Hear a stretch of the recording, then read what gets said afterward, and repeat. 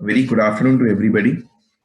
My name is Shashank Sharma, and on behalf of ScoreMe Solutions Private Limited, I would like to welcome you all to this webinar on GSTR analysis, the latest addition to the credit appraisal policies. Now, as the topic suggests, so yes, it is one of the most newest additions and one of the most key ingredients which has now been added up into any credit appraisal policy.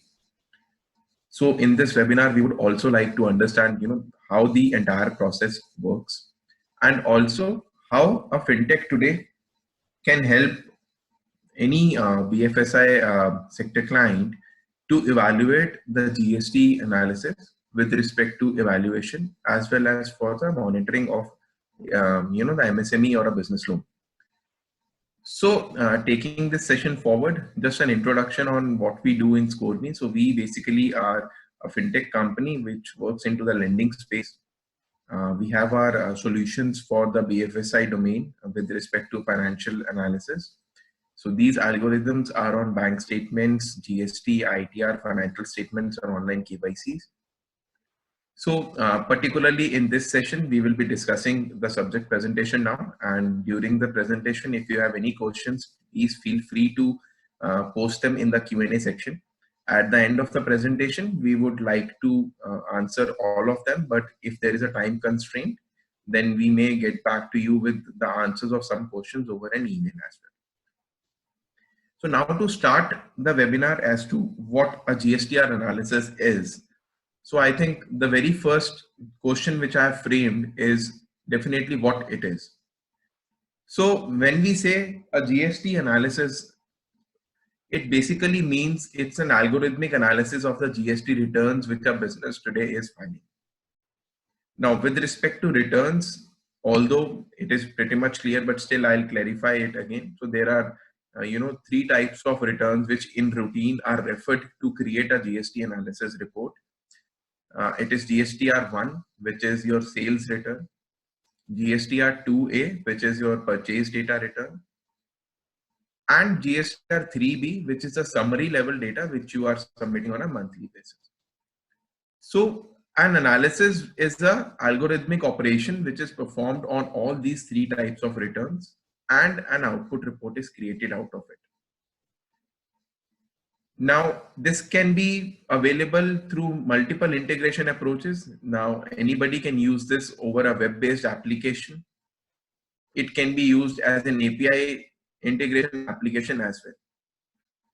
The steps to do a GSTR analysis, basically the first step is data fetch.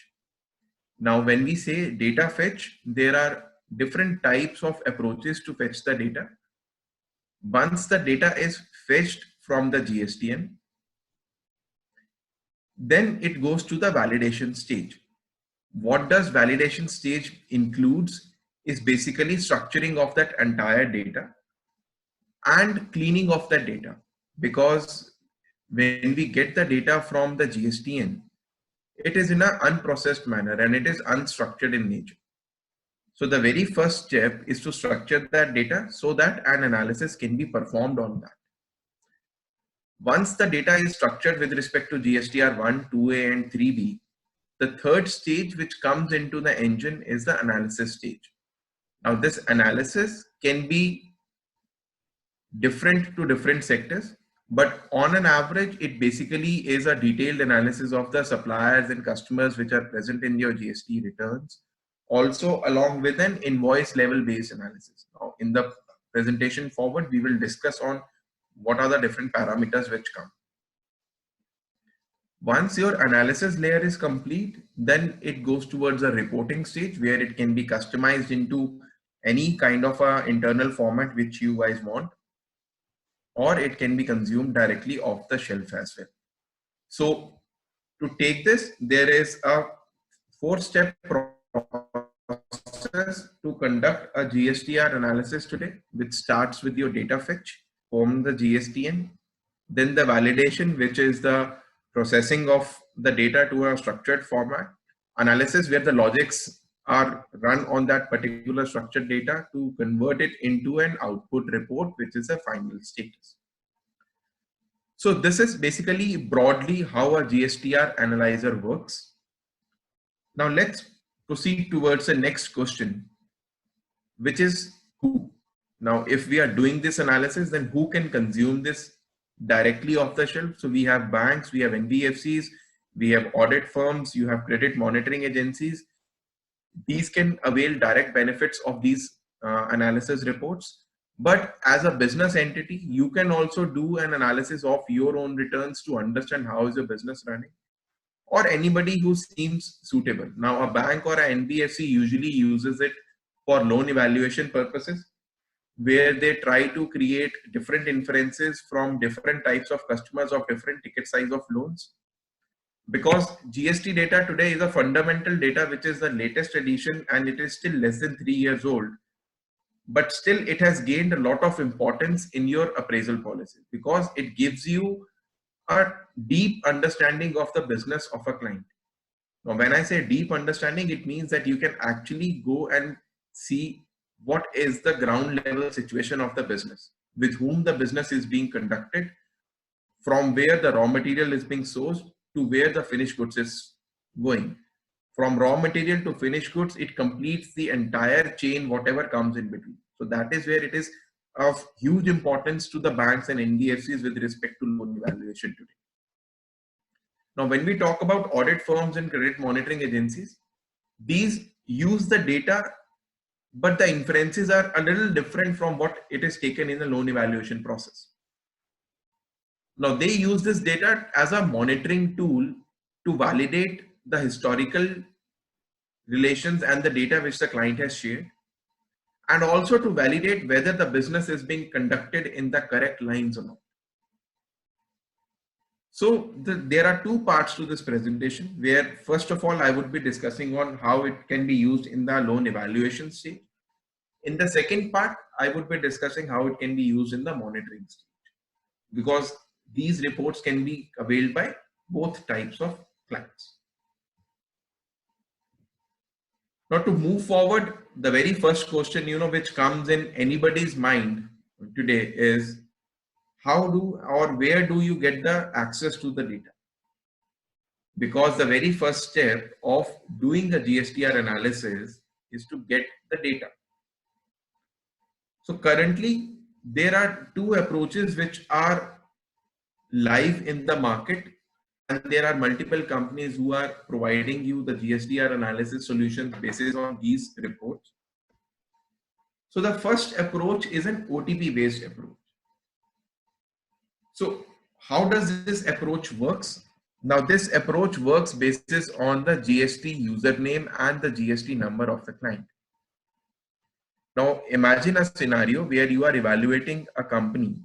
For that particular company, to do a GSTR analysis based on the OTP based approach, you would require the GST number and the GST username of that client. Once you have both of these details, then you can submit these details into the analyzer's application, which then sends this request to GSTN, and an OTP is generated from the GSTN, which goes to the registered email ID of the client. Now, in this case, this OTP has to be shared with your credit team in order to fetch the data and in order to conduct the reporting forward.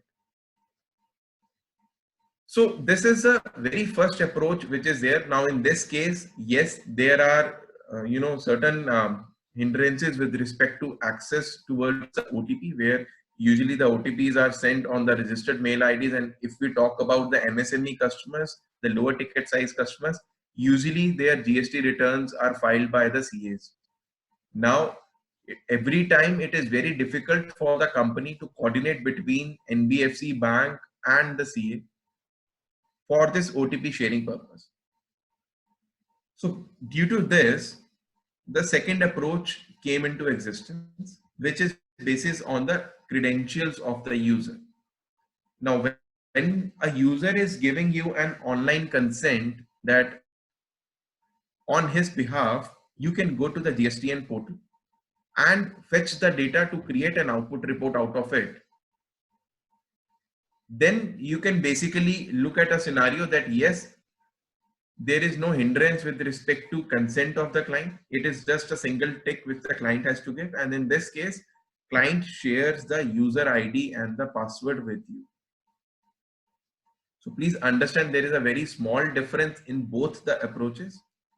OTP based approach works on user name and the GST number. Credentials based approach works on the GST username and the password for the GSTN code. Now that I've explained you a basic level understanding of these two approaches, usually everybody is using the credentials based approach because of the very fact that in an OTP based approach, what happens today is if a client is having multiple registrations of a GST in different states or in the same state also, for every different GSTN, there will be a separate OTP which will be generated.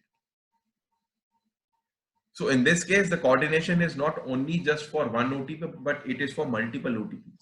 And on the contrary, in the credentials approach, it is just the login credentials which you require. So still it is one step lesser than the first approach.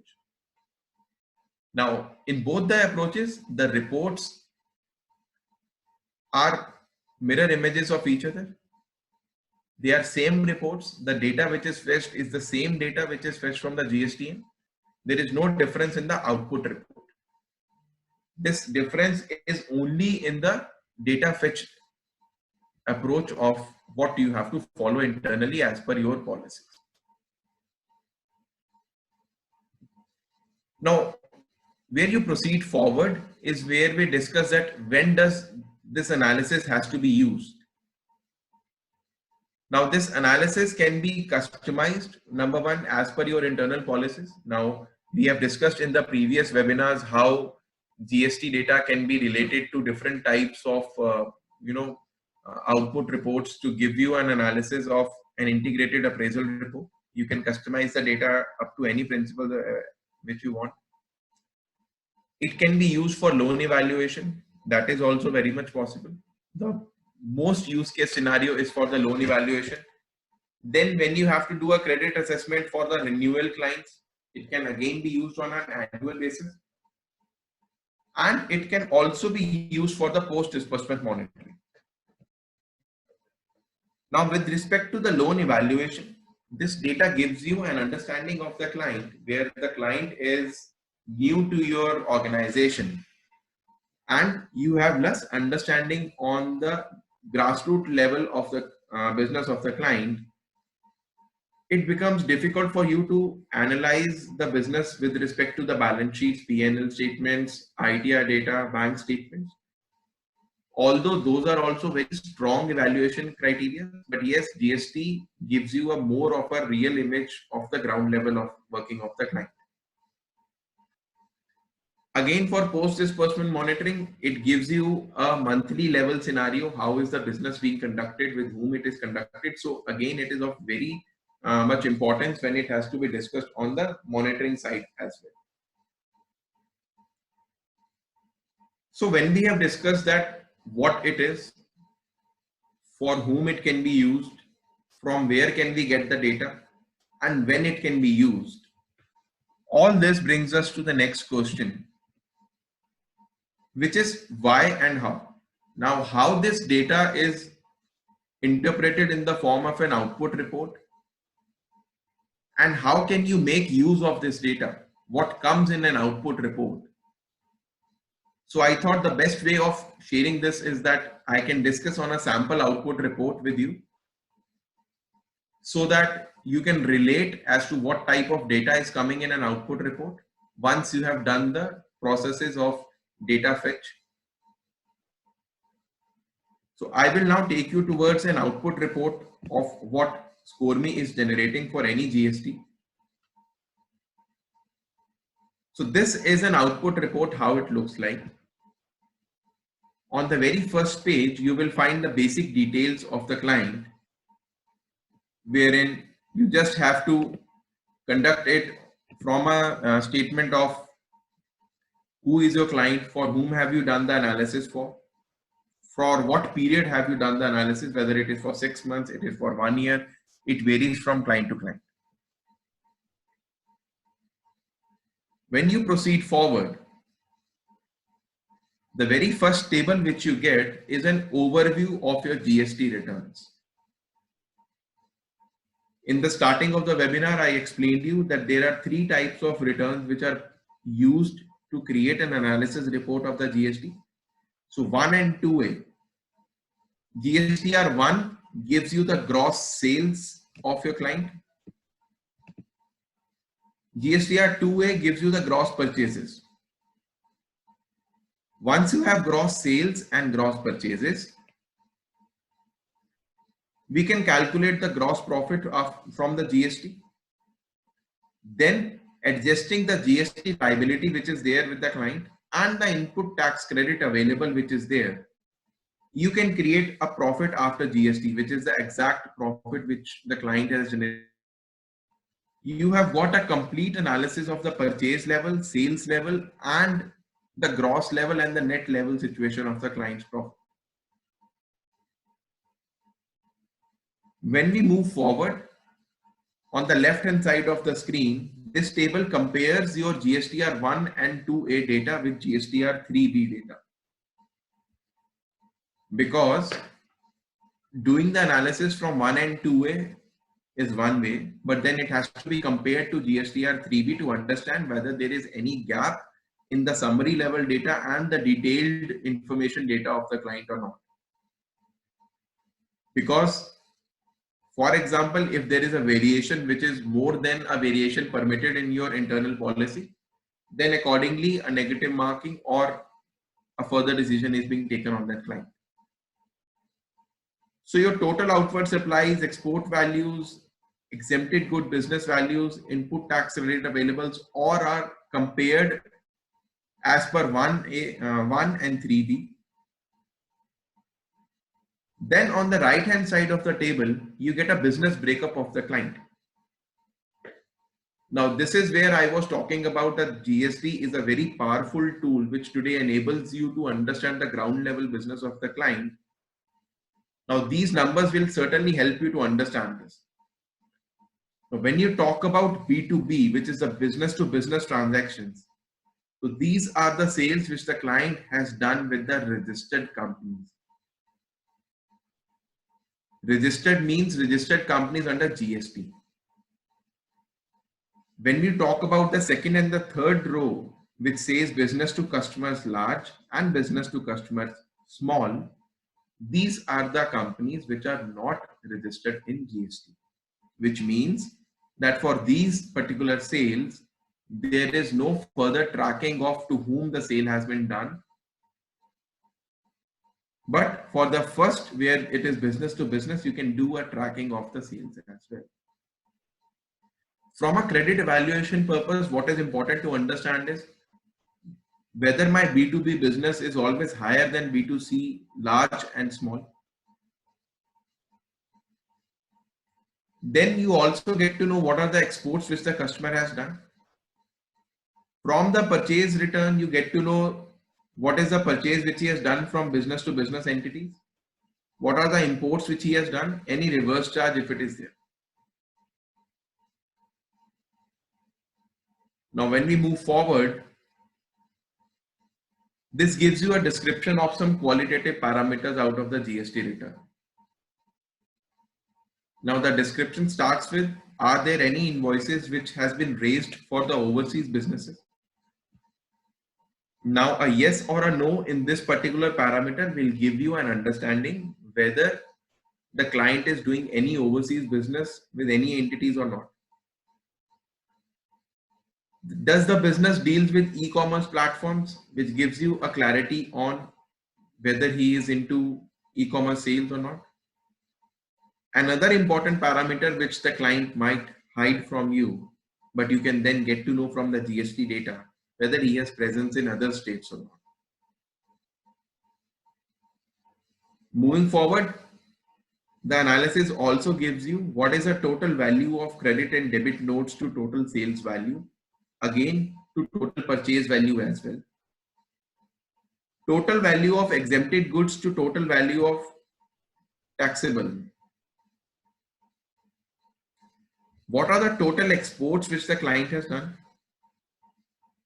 Total taxable value which has come from the registered customers and total taxable value which has come from unregistered customers.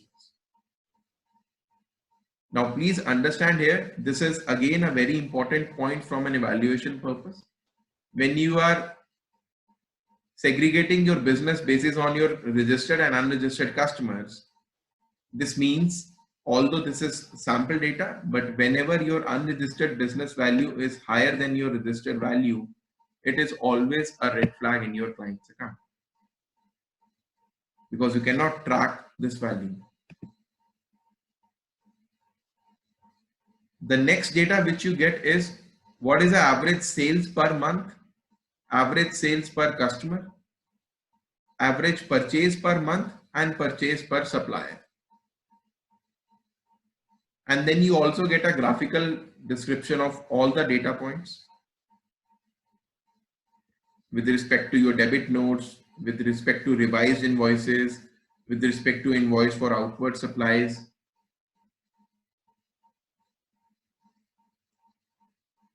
Moving forward, this gives you an understanding with respect to who are the top 10 major suppliers of the customer. So your client's top 10 suppliers, when you get to know this sheet, this gives you an understanding who are the companies with whom the maximum number of transactions are being done. Now these values are based on the amounts. So it gives you the top 10 names of the companies. Also, it gives you the total number of invoices which have been raised. And it also gives you the total amount of dealing with that supplier. So once you have this supplier level information, this becomes very important information where you can understand the business of the client. Similarly, we give you who are the top 10 major customers of the client. So again, in this, you will get to know what is the total number of invoices which have been raised, what is the total amount of dealing. Then who are your common suppliers and customers? Now, common suppliers and customers would predominantly mean companies from where we are sourcing the raw material and to whom we are selling the finished goods also. Now, this is again a red flag in your client's account, which should not happen. Ideally, my suppliers and customers should not be common. But if they are, you can definitely put in a question to your client with respect to why was this. Moving forward, in the GST data, now here is the role of analysis which the fintech companies are doing, how they make your unstructured data into structured data. In the GST returns, you will only get to know what are the codes of all the invoices. But a fintech company would decode these codes to the description as per the government policy. For every code, there is a description which is given by the government. Then it gives you that for that particular industry, what are the units which the client has sold, what is the quantity. Again, a very important relevance, whether the sector is related or unrelated to the business or not. Now, why this is important is, for example, if as a loan evaluator, you are evaluating a real estate company, ideally those transactions of a real estate company should always be with steel industry clients, raw material providers. But suddenly, when you see a transaction which is being done with an automobile company or a jewelry sector company, now those are the transactions which you have to pick up, which are the red flags for your client's business. Ideally, those transactions should not have been done, but if they are done, you can definitely put in a question and understand why those transactions were done. Moving forward, An important parameter which comes in this sheet is that it gives you the dependency on every sector with respect to your sales. So today you need not ask your client as to what is the demographics of his business. Analyzing this data will by default give this understanding to you as an evaluator. Out of the 100%, what is the percentage level data which is going for each of the sectors? Further parameter which you get is the actual tax rate which he has charged and the tax rate which he has charged.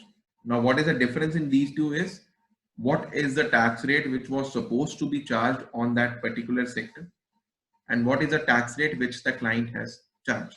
So again, if there is any discrepancy in this particular data also, you can again question the client.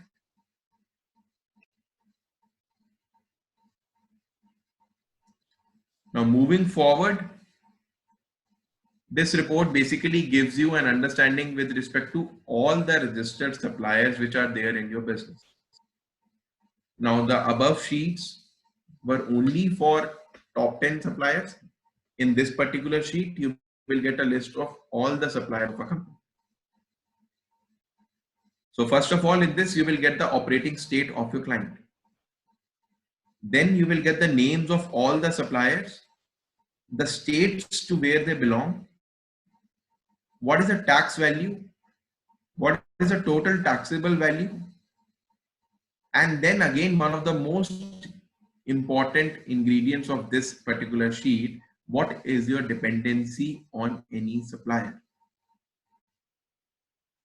For example, in this report, if you look at this particular data, there is 63.03% dependency on this particular supplier, which means if this supplier shuts down the business or there is any understanding which is broken between two entities, my supply will go for a toss. So whenever you look at a supply sheet, please do refer to what is the percentage of the suppliers in the total supply. Another important parameter which comes in this output sheet is how many invoices to each of the suppliers the applicant has raised versus how many invoices he has filed.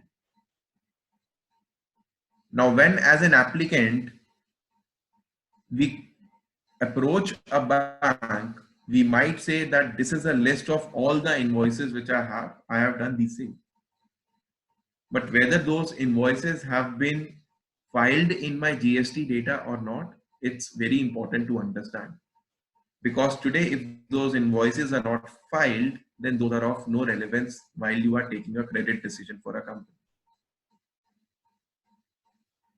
Then you get to know whether the supplier is interstate or intrastate.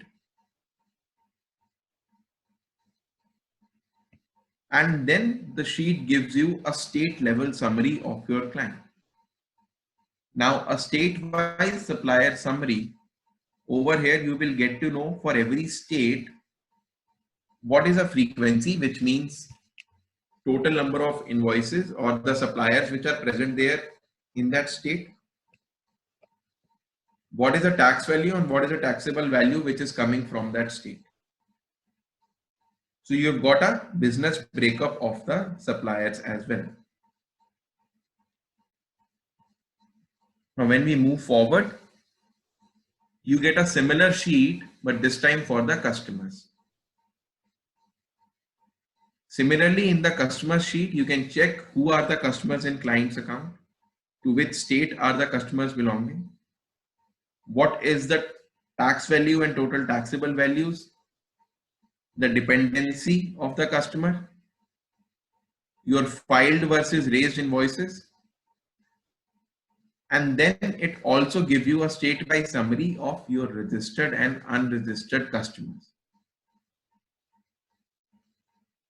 Now, in this particular table, you can get to know for every state what is the frequency, tax value, taxable value, out of the total sales which you have done in that state, how much is with registered companies and how much is with unregistered companies. Any state where the percentage of the unregistered portion is higher again becomes a question mark for the evaluator today.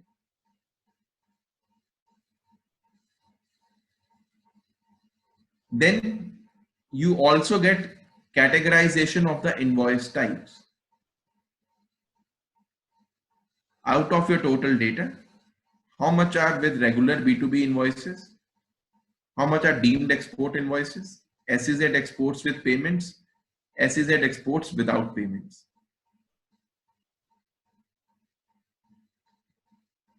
Now you have got the entire understanding of how the supplier information and how the customer information is analyzed by a software.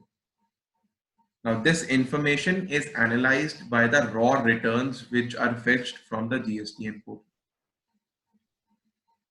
The final sheet of an outcome will be a monthly level sales and purchase summary of the client, which today will give you an understanding with respect to what are the sales which the client has done on a monthly basis. Also, what are the purchases which the client has done on a monthly basis. So these values now can directly be mapped with any of the documents to understand. For example, if you map it with the bank statement, it gives you a cycle of the client, in how much time the sales amount have been realized in the bank account, the profit after GST which you calculated, out of that what is the penetration which has already been realized with the bank account. So these are the important data points which can directly be mapped. You can map the sales to what the sales have been discovered in the ITR sales. Now we have done a completely different webinar on integrated credit appraisal report. You can always refer to that as well. So moving forward towards the presentation where we left it. Now we have understood how our data can be analyzed and why it should be analyzed, why it is so important to loan evaluation today. Now, when we proceed forward, I'll also like to discuss on a few monitoring solutions or parameters of credit monitoring, which can be achieved by using a GST analysis and by mapping this GST analysis to any other further document. So I have illustrated a few use cases, although there can be multiple use cases for this, but I thought that these can be the most relevant ones which you can relate to. So first of all, verification of financial information shared by the client. Now, if you have an existing customer with you, the customer on a quarterly or a half yearly basis shares the information of his financial, the provisional numbers which he keeps sharing with you. Now, to validate whether those numbers are correct to what extent, you can immediately do a GST analysis of that company and get to know what is the accuracy with respect to those financials. Again, validating the business transactions of the client. Now, in this case, what can happen is from the financial statement analysis which you do for that company, you can get to know who are the related parties for this company. Then you can map those related party data to your GST analysis, where you can get to know that out of the total sales which the client has done, how much he has rotated internally in the same group, and what is the value of the business transactions which has been done with actual customers. Again, a very important use case which you can look at. Now, transactions with unrelated, unregistered sector companies. We have explained this in the output report also. So when you are doing a credit monitoring of a client, it is very important for you to understand why is the client doing any unrelated sector transactions or any transactions with the unregistered companies. Because unrelated is any which ways a gray area of the transactions. Unregistered is something which you cannot track. Now, transactions with default or strike-off companies.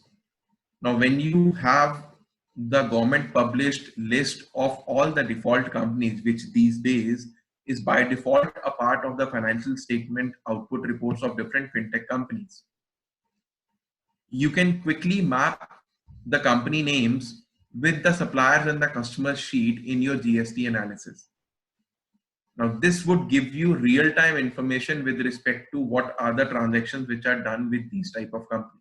So that in the future months, if you come across those transactions again, you can stop the client, or even in the current month also, there can always be a discussion as to what was the purpose of those transactions. Because otherwise today, if you get a list of sales of a customer where he has done 10,000 invoices in a month, manually checking those 10,000 invoices and mapping it to the default list is a mammoth task. But using these GST analyzers enable you to just use this in a plug and play mode. Now, next is you can have a periodical monitor of review of sales and purchase invoice of the company. Now, whenever a client submits a projection level data, that this is how my next year is going to look like, you can always keep on doing the GST analysis on a monthly basis to check with respect to what is a percentage which the client is matching today and what is a percentage of the variation of from what he has declared to what he is standing at today. You can also get to know information about defects and returns via what is the sales and purchases. So in your GST reports, companies also give you the percentage of defected goods of that company. So this defected goods percentage can directly be used to understand what is the returns which are happening. Although I am making 100 quantities today, but out of the 100 quantities, 20 quantities are getting returned on a monthly basis.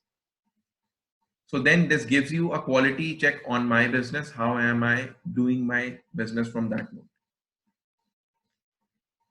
Understanding the trade mode and regional trade pattern of the client with respect to e-commerce bills, with respect to businesses with other states, you can get to know what type of transactions the client is doing, whether he is engaging with any e-commerce platforms or he is directly doing business. You can get to know this as well. Dependency on individual suppliers and customers is where we discuss that you can check the percentage level information of each of the suppliers and customers. Wherever that dependency goes beyond a certain percentage, now those percentages can be different with respect to different types of products internally, but you can certainly check if there is any variation in that part. You can also check what are the credentials of the suppliers, machinery, vehicles, and equipment from this particular GST analysis. So these were a few of the use cases which I thought can be relevant from a viewpoint of a credit monitoring engine. But again, you can use this data in multiple forms. The GST data is actually a very powerful enabler because it gives you the real time and also it gives you the authentic data of any customer. For evaluation purposes, separately, it can be mapped with ITR, it can be mapped with bank statements. For monitoring, it can again be mapped with the projection level data, with the provisional data which the client is submitting, and standalone basis also, it gives you a lot of parameters to understand for a client. So with this, I would like to move towards the question and answer category of the presentation. I hope that we are able to explain the use case. If there are any questions, please feel free to post them in the Q&A section. I will just start answering a question one by one. So first question is, does NBFC face any compliance issues basis OTP credential sharing? As such, there is no compliance issue because whatever OTPs or the consent credentials which you are getting are basis on the request of the customer only. It is not that you are doing anything on behalf of the customer. The customer himself is authorizing your team to do those transactions on his behalf. The next is, can you also show a live demo of software and report for better understanding of the product? You can always reach out to support@scoreme.in and you can get your demo scheduled. You'll get the dates immediately from that note. Okay, the next is, does the report gives consolidated GST report for multiple location GST sales done? Yes, it gives you a consolidated report. So whenever you are going for a report generation purpose, you can select the GSTNs for which you want to generate the report, and the report will automatically merge all the GSTN reports into a consolidated report.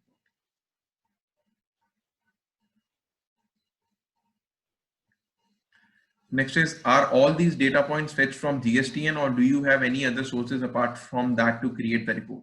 The report which we have discussed right now, that report is completely fetched from the GSTN data only. There is no other source to which we refer, but you can always have customizations done to these reports when you want to map these for an integrated report. Okay, so somebody has requested that they need the soft copies of the earlier sessions as well. Yes, we will definitely share that. What are the costs to get the entire report?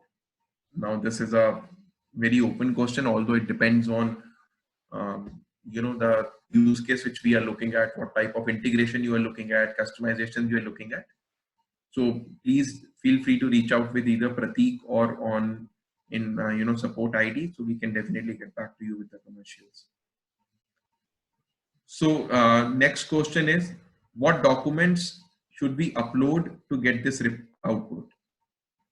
Now, this report cannot be generated by any uploaded documents. If you will ask your clients to share the GST returns hard copies, those hard copies will not have the invoice level details of the client. So to get an invoice level details, you will have to fetch the data from the GSTN and then generate an output report. Okay. So the next question is, what is the difference between B2B large customer and small customer? So B2B, as I explained, are the customers which are your registered customers. B2C customers, small and large, are the customers which are not registered under the GST.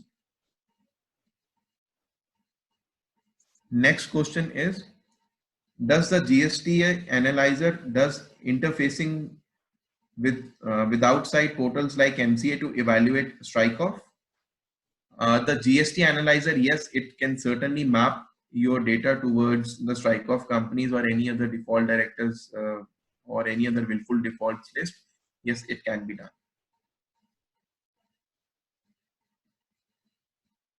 What was the difference between raised invoice and filed invoice? So raised invoices, Mr. Anurag, if I raise an invoice to you today, but I don't file that invoice when I'm making up the final GST of my month, that means that invoice is skipped from the declaration which I'm giving to the government that these are the sales which I have done. Next is the GST analysis can give exact billing to various parties? Is there any digital platform wherein all reports can be analyzed, like financial data and P&L balance sheet, GST analysis, bank statement? Yeah, sure. Soumya, you can, I think ScoreMe is one of such platforms which can give you the analysis of all these type of reports in a single report. And there are other platforms also to which you can definitely refer to. Next is, how does your software evaluate the industry or business segment of the customer? So the industry or the business segment of the customer is by default given in the GST output data, which comes from the GSTN. What we do is we have an intelligence software at our end, which maps the related and unrelated names of the sectors to the client. So next is, if the client has not filed GSTR 3B from last 2 months or more, then will it get these reports generated? So for the months where these returns have not been filed, you will only get the information as per GSTR 1 and 2A. and you will get a blank column for GSTR 3B. What happens when GSTN changes the schema? Now, when GSTN changes the schema, that is where we have our own analysis algorithm. We are not,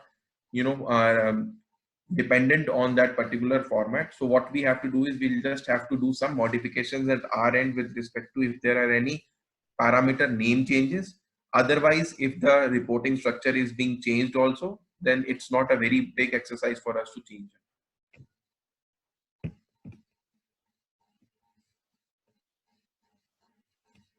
The next question is, can the report be fetched based on PAN number of the client?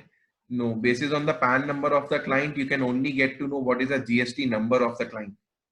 But again, you will have to take either the username of that particular GST number, and also for credentials based approach, you'll have to use the login passwords. If there is GST returns are incomplete or not paid up in full, how do we analyze? So that's, I think I've already addressed to this, that you will get the blank data for the months where there is no data available. Okay, so next is we have a very direct question where Manoj is asking that how much it costs for getting GST analysis report through a fintech company for an annual turnover of having rupees 1,000 crores. See, it's not based on the turnover of the company. It is totally based on what type of mode do you subscribe to. But yes, you can reach out to support or Pratik. They can directly get in touch with you. Next is, does the report gives month-wise sales? Yes, the last sheet of the report was the month-wise sales only. Next question is, can we generate GSTR analysis report basis GSTR 1, 2A and 3B collected from customers? I think I've already answered this question. Does the GST site also provide information of all the invoices raised by the companies, physical invoices? It only gives the details which the company has filed while filing the GST.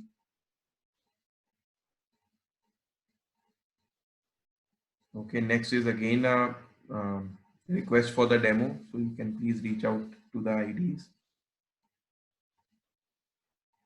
Which sales is considered to compare reported net sales, GSTR 3B or GSTR? I think this question is incomplete here. If you can just kindly come up with the revised question. What data points are missing in a GSTR 1, 2A and 3B which are there in this report? Priyanka, I'm not able to get this question. You can just kindly ask this again. Till when can IGST be deposited for filing GSTR 3B for March 2020? So as of now, you have received the extension of the dates till June, but I think it goes beyond that. So that's an announcement which has to be done. How does returns are adjusted in GST once sales are booked in GST?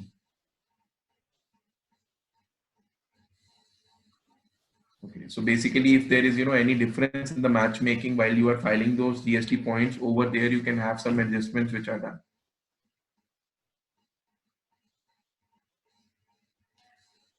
How do you bill invoices not yet filed from GSTN? That is, invoice raised resides in accounting software but not in GSTN. No, in basically when you fetch the data from GSTN, it also gives you the data with respect to which the client has declared he has raised the invoices, but he has not claimed the GST for that. Is there any security breach for the data from GSTN of a client arises? No, as of now, this entire interaction happens in an encrypted format, so there is no security breach here.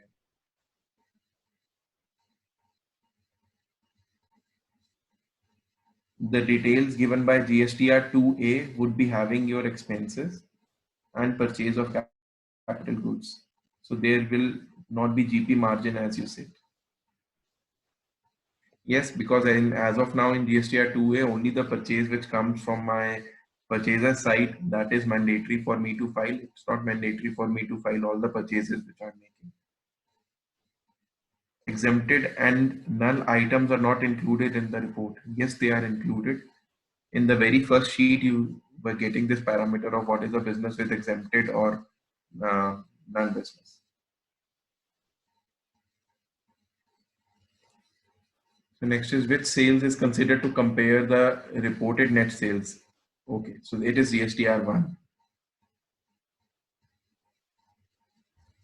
So some companies said we are not comes under GST. Which companies are those? So all the companies which are below the threshold limit of the government are the companies which are, not, it is not mandatory for them to file the GST returns.